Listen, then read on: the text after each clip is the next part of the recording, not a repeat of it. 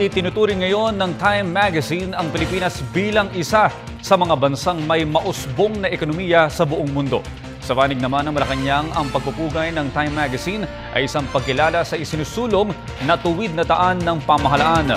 Para sa detalye, balita mo kami Julius D. Sambron. Simula nang manungkulan si Pangulong Aquino sa pwesto, pinalakas nitong lalo ang kampanyang Tuwid na Daan. Tuwid hindi lamang sa paglaban sa katiwalian, kundi pati sa pagtahak sa pag-unlad. Tila nagbubunga na ang mga ginagawang hakbang ng pamahalaan para palakasin pang lalo ang ekonomiya ng Pilipinas. Patunay na dito ang mga naglalabas ng survey at mga ulat na nagpapakita sa progreso ng ating bayan. Pinakahuli na dyan bilang ng Pilipinas sa mga umunoy bansang umuusbong at lumalakas ang ekonomiya sa mundo.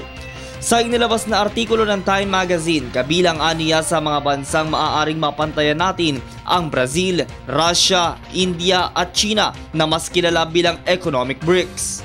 Pinamagatan itong Forget the BRICS, Meet the Pines na kung saan ang mga bansang Pilipinas, Indonesia, Nigeria at Ethiopia ang siyang The Pines, na tunay na nagpapakita ng magandang pagganap o kontribusyon sa pagpapabuti ng sitwasyong pangkabuhayan sa kanilang bansa kumpara noong mga unang panahon. Sa kabila din ng dumaan na kalamidad gaya ng paghagupit at pananalasa ni Bagyong Yolanda sa Pilipinas, nananatiling tumaas sa 7.2% ang ating gross domestic product na ipinapakitang unti-unting bumabangon ng ating bansa. Hindi man kasing lalaki gaya ng mga BRIC economic countries, pwede pa din naman ito maging kinatawan sa mabibigay oportunidad sa mga namumuhunan.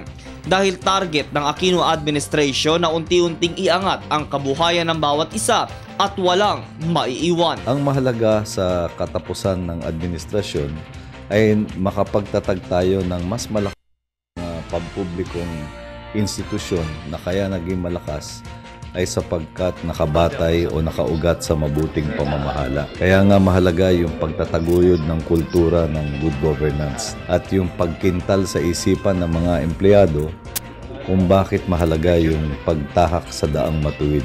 Sapagkat yan ang tulay sa paghahatid ng mas mahusay na serbisyo publiko. Para sa Telebisyon ng Bayan, ako si Julius D. Sambron.